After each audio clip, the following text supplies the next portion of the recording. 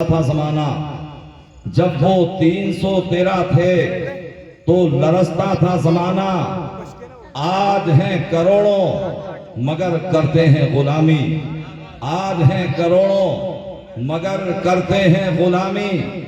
اور یہ اپنا ہے حوصلہ, یہ اپنی اڑان ہے. یہ اپنا ہے حوصلہ, یہ اپنی اڑان ہے.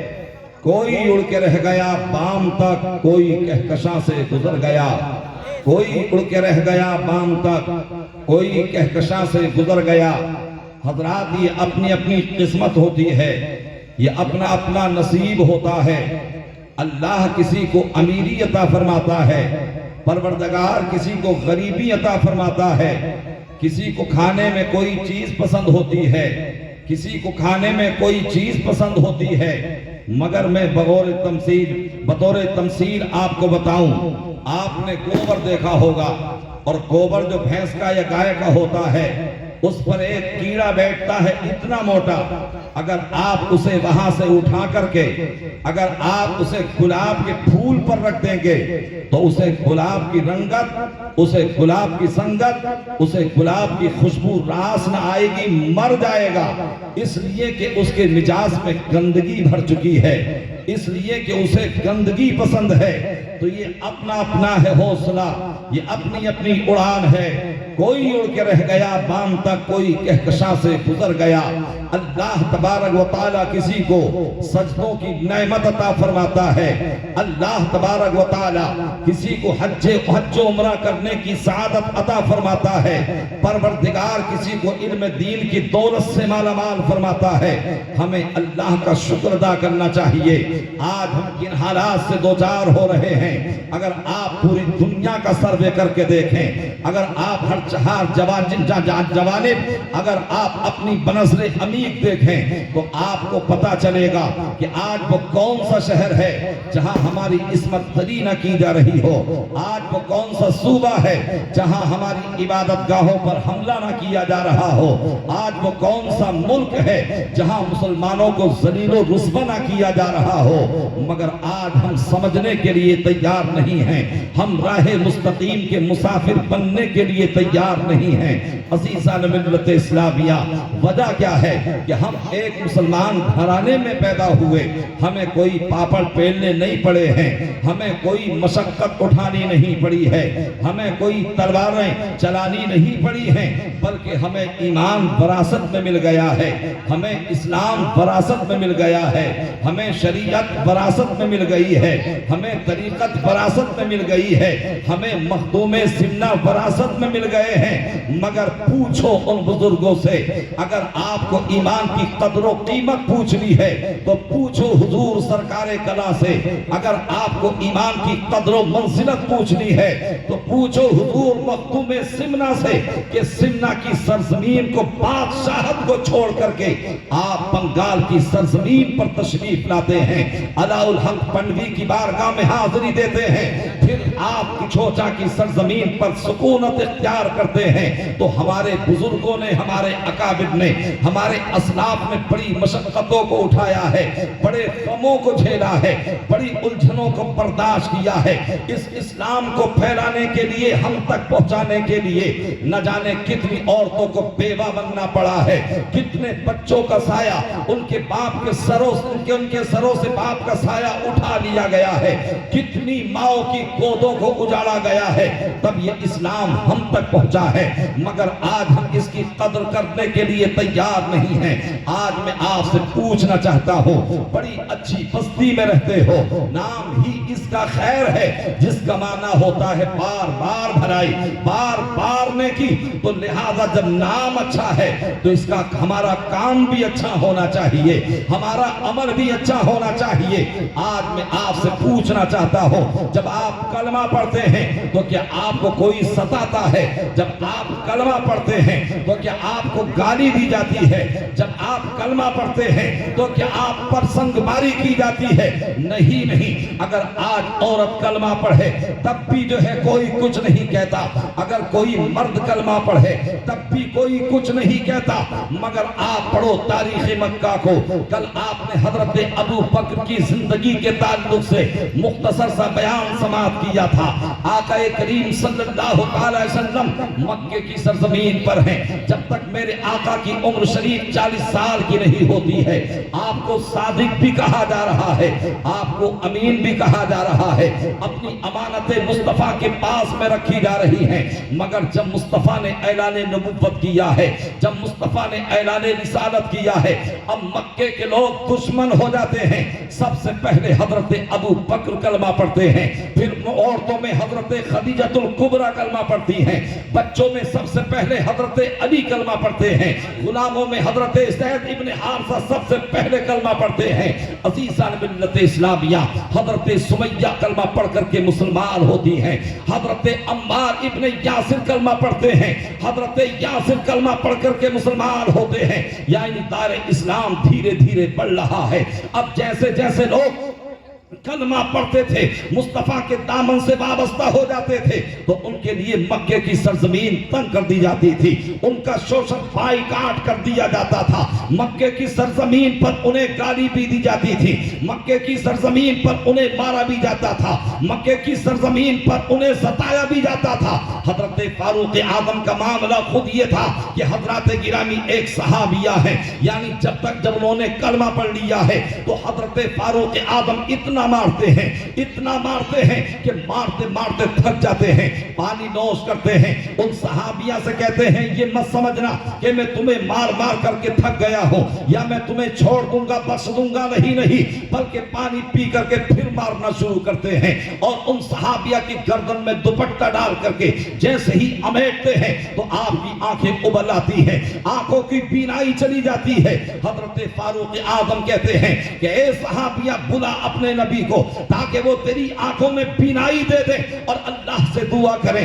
حضرت یعنی یہ صحابیہ اللہ کی بارگاہ میں ہاتھ اٹھاتی ہیں، عرض کرتی ہے مولا میری بینائی چلی گئی ہے، میں تجھ سے کبھی بینائی تو طلب نہ کرتی، مگر تیرے حبیب کی عزت کا سوال ہے، تیرے حبیب کی آبرو کا سوال ہے، اے پروردگار تجھے تیرے حبیب کا واسطہ دیتی ہو، اے مالک و مولا میری آنکھوں میں بینائی لوٹا دے۔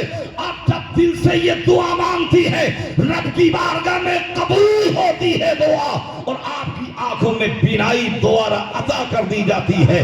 اللہ اللہ، اب دھیرے دھیرے اسلام بڑھ رہا ہے، کفار مکہ پریشانی کے عالم میں ہیں، ہر چہار جانب منصوبے بنائے جا رہے ہیں کہ اسلام کو کیسے مٹایا جائے، یہاں تک کہ حضرات 38 مسلمان مکے کی سرزمین پر ہو چکے ہیں۔ میرے آقا کو شعب ابی طالب کے اندر محسوس کر دیا جاتا ہے، آپ کے غلاموں کو رشتہ داروں کو اس کے اندر بند کر دیا جاتا ہے۔ کفار مکہ ابو جہل عتبہ اور شیبہ وغیرہ، حضرت عمر بھی یہ سوچ رہے تھے کہ بانی اسلام اسی گھاٹی میں ختم ہو جائیں گے اور ان کے ماننے والے یہاں اپنی آخری زندگی کے ایام کو پورا کریں گے، مگر انہیں کیا معلوم تھا کہ فانوس بن کے جس کی حفاظت ہوا کرے وہ شمع کیا بجھے جسے روشن خدا کرے۔ شمع الہی کو بجھا سکتا ہے کون؟ جس کا حامی ہو خدا اس کو مٹا سکتا ہے کون؟ جب یہ منصوبے بنائے گئے تو ذرا دیکھو 3 سال کا پیریڈ کوئی معمولی پیریڈ نہیں ہوتا۔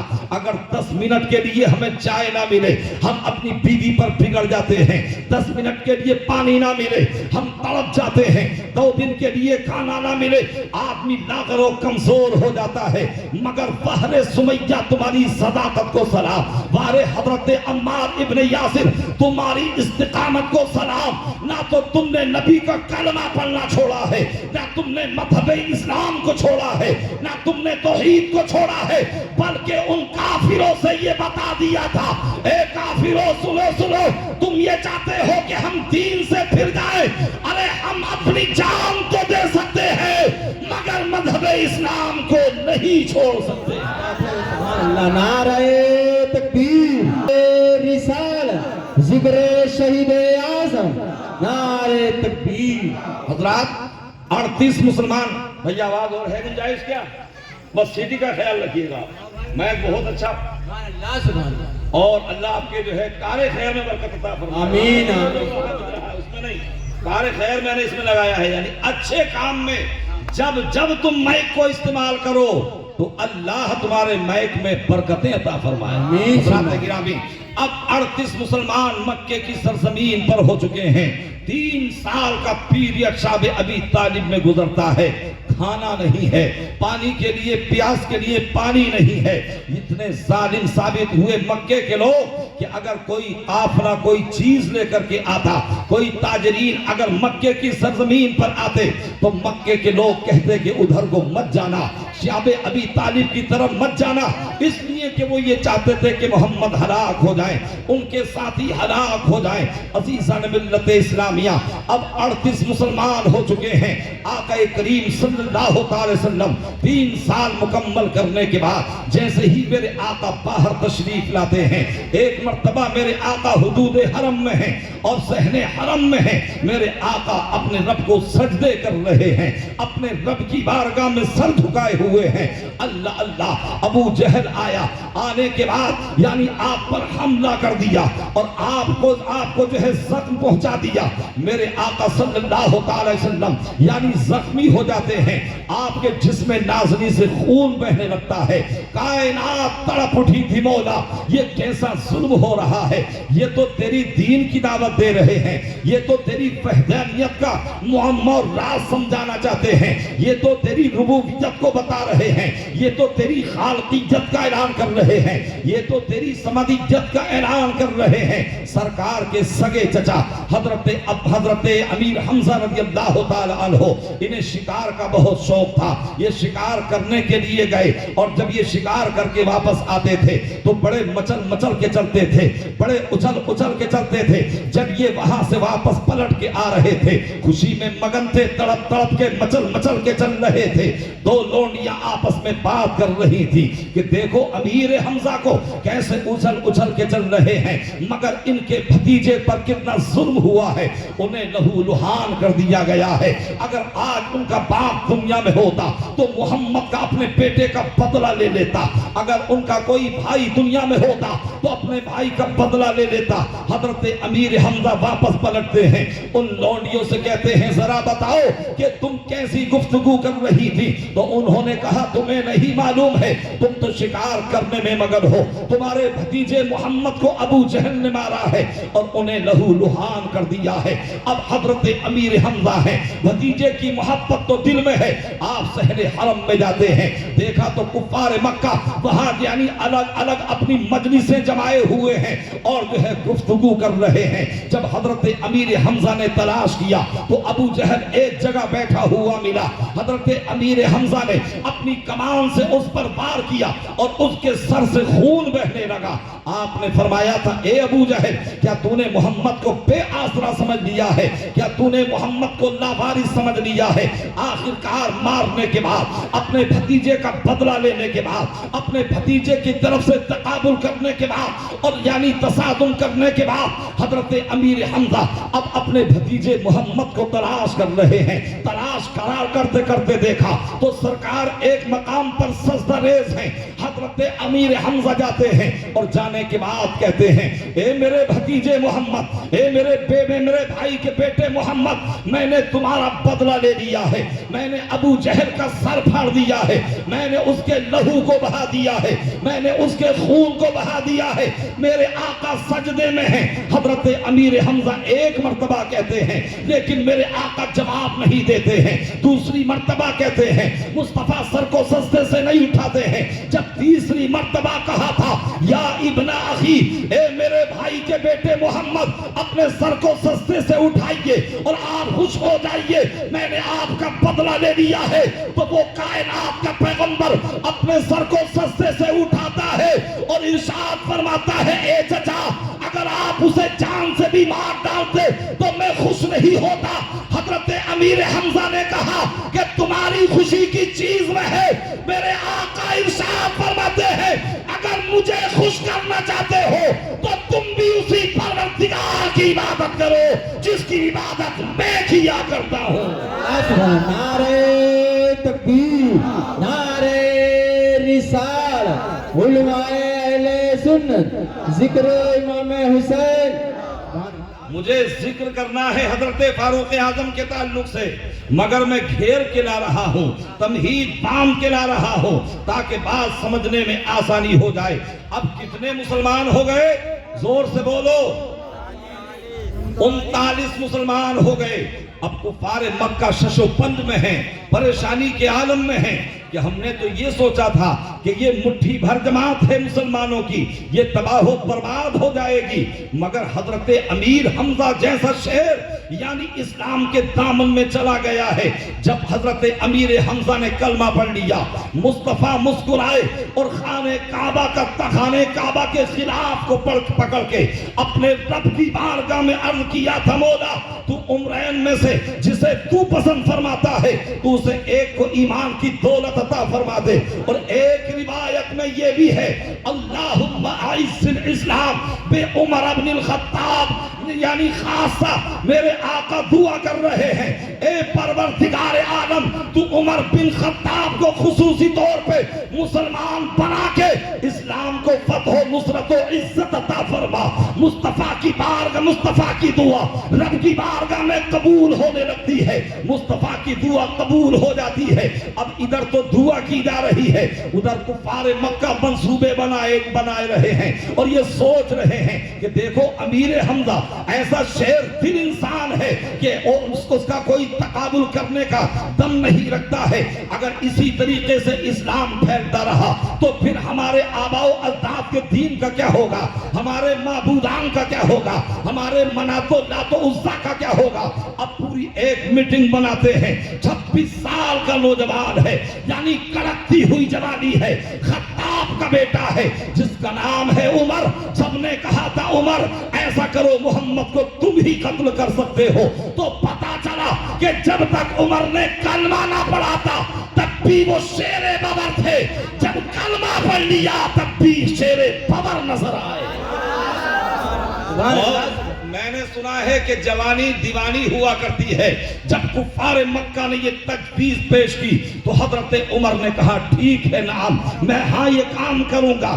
برہنہ تلوار لے کر کے نکلتے ہیں، ننگی شمشیر لے کر کے نکلتے ہیں. چہرے پر غضب کے آثار ہیں، چہرے پر غصے کے آثار ہیں اور یہ عزم مصمم کر کے جا رہے ہیں کہ آج میں پانی اسلام کا خاتمہ کر کے آؤں گا. نہ رہے گا بانس، نہ بجے گی بانسری. اب حضرت فاروق اعظم چلے ہیں، عمر بن خطاب چلے ہیں تو راستے میں حضرت نعیم ابن عبداللہ مل جاتے ہیں جو یہ مسلمان ہو چکے تھے، کلمہ پڑھ لیا تھا. اور حضرت عمر نے یہ قسم کھائی تھی کہ میں 40واں ہونے نہیں دوں گا، مگر رب کی رحمت اعلان کر رہی تھی. اے عمر، ارے تو قسم کھا رہا ہے 40واں نہ ہونے کی، چل تو ہی 40واں ہے اور تیرا صدقہ میں ایسا اپنے بندوں کو عطا فرماؤں گا کہ صبح قیامت تک 40واں کر دے رہے گے. نعرہ تکبیر، رسالہ، ذکر شہید اعظم کانفرنس. اب برہنہ تلوار ہے ہاتھ میں، چہرے پر غضب کے آثار ہیں. حضرت نعیم ابن عبداللہ نے کہا اے خطاب کے بیٹے عمر کہاں جا رہے ہو؟ کہا محمد نے بہت زیادہ فتنہ پھیلا رکھا ہے، آج میں بانی اسلام کا خاتمہ کرنے کے لیے جا رہا ہوں. تو حضرت نعیم ابن عبداللہ نے کہا ارے تم محمد کو کیسے قتل کر سکتے ہو؟ تمہارے اندر طاقت و جرأت کہاں ہے؟ تو انہیں اور زیادہ غصہ آیا.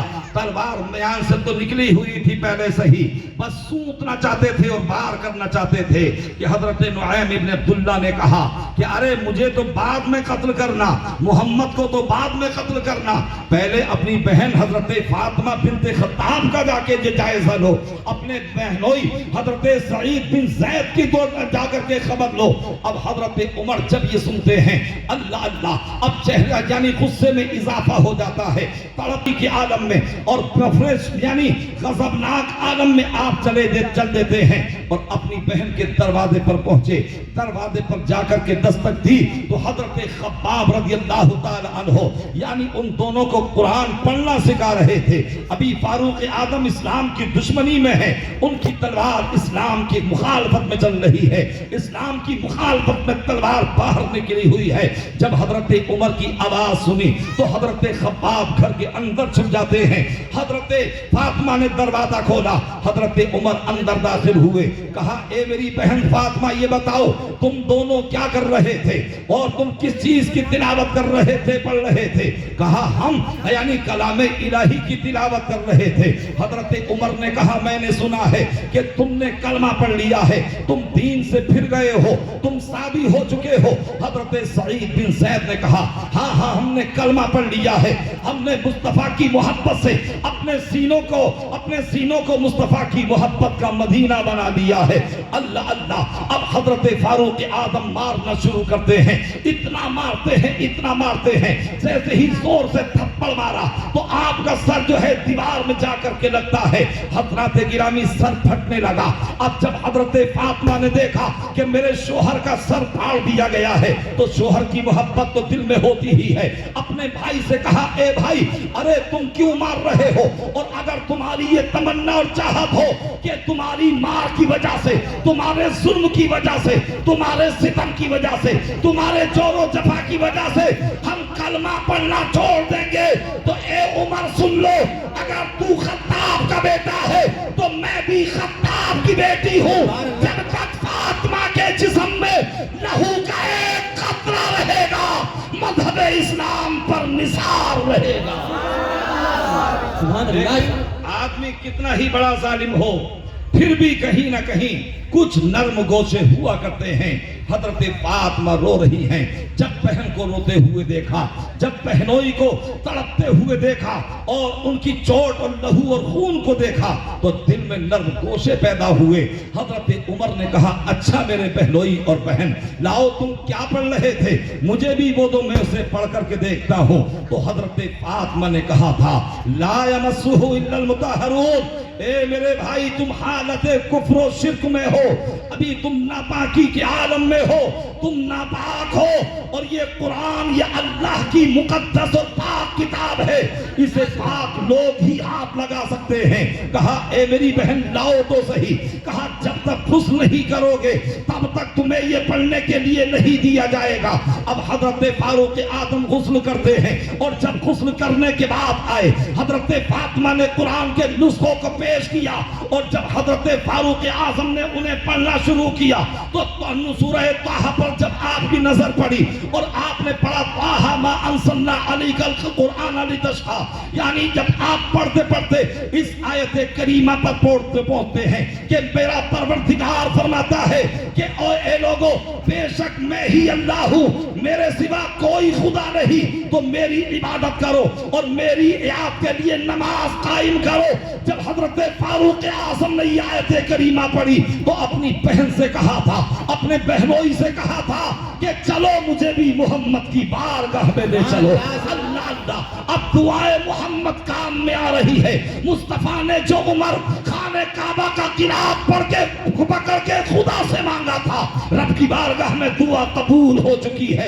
حضرت فاروق اعظم خوش ہو جاتے ہیں. حضرت خباب اندر سے باہر آتے ہیں. آنے کے بعد کہتے ہیں عمر میں نے قرآن پاک پڑھنا سکھا رہا تھا, تمہارے خوف کی وجہ سے چھپ گیا تھا, مبارک ہو, چلو نبی کی بارگاہ میں چلتے ہیں. اب حضرت فاطمہ ساتھ میں ہیں, اب حضرت سعید بن زید ساتھ میں ہیں, اب حضرت خباب ساتھ میں ہیں, اور یہ خطاب کا بیٹا ساتھ میں ہے. نگاہیں جھکی ہوئی ہیں, دل نرم ہو چکا ہے. اب جب نبی کی بارگاہ میں پہنچے تو صحابہ کرام پہلے سے وہاں موجود تھے. حضرت امیر حمزہ بھی موجود تھے اور صحابہ موجود تھے. جب صحابہ نے کباڑوں میں اور دروازے میں جھانک کر کے دیکھا تو دیکھا کہ عمر آ رہے ہیں. عمر کے ہاتھ میں ننگی تلوار ہے. عرض کی یا رسول اللہ, عمر ننگی تلوار لے کر کے آ رہا ہے.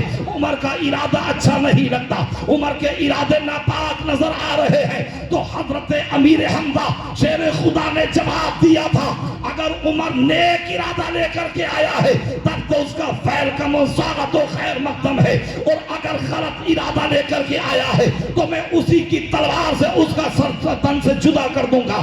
دروازہ کھولا گیا، حضرت عمر اندر داخل ہوئے اور میرے مصطفیٰ کھڑے ہوئے، اور عمر کے پاس میں جانے کے بعد میرے آقا نے حضرت عمر کے کولر کو پکڑا اور کہا اسلم عمر، اے عمر اسلام لاؤ۔ پھر سینے پر ہاتھ رکھا اور ارشاد فرمایا، رب کی بارگاہ میں دعا کی، اللہم اہدی قلبی، اے پروردگار تو عمر کے دل میں ایمان کی دولت ڈال دے، ایمان کی محبت ڈال دے۔ بس اتنا کہنا تھا کہ حضرت فاروق اعظم عرض کرتے ہیں یا رسول اللہ اب دیر نہ کیجئے، کلمہ پڑھا کر کے مسلمان کر لیجئے۔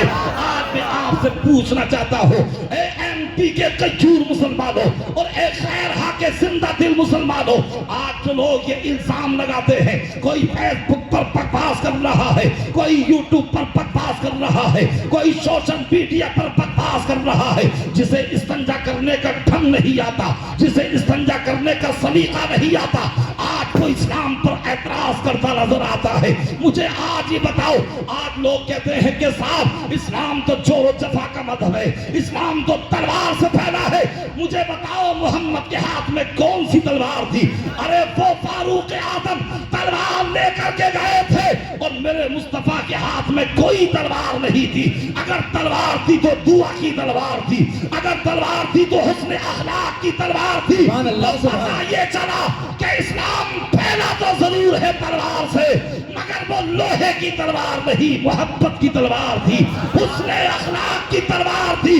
تو کسی کہنے والے نے کہا کہ عمر سوئے نبی گئے، نظر سوئے عمر گئے، نظر سوئے عمر گئی، پڑی جو نگاہ مصطفیٰ تو زندگی سبر گئی۔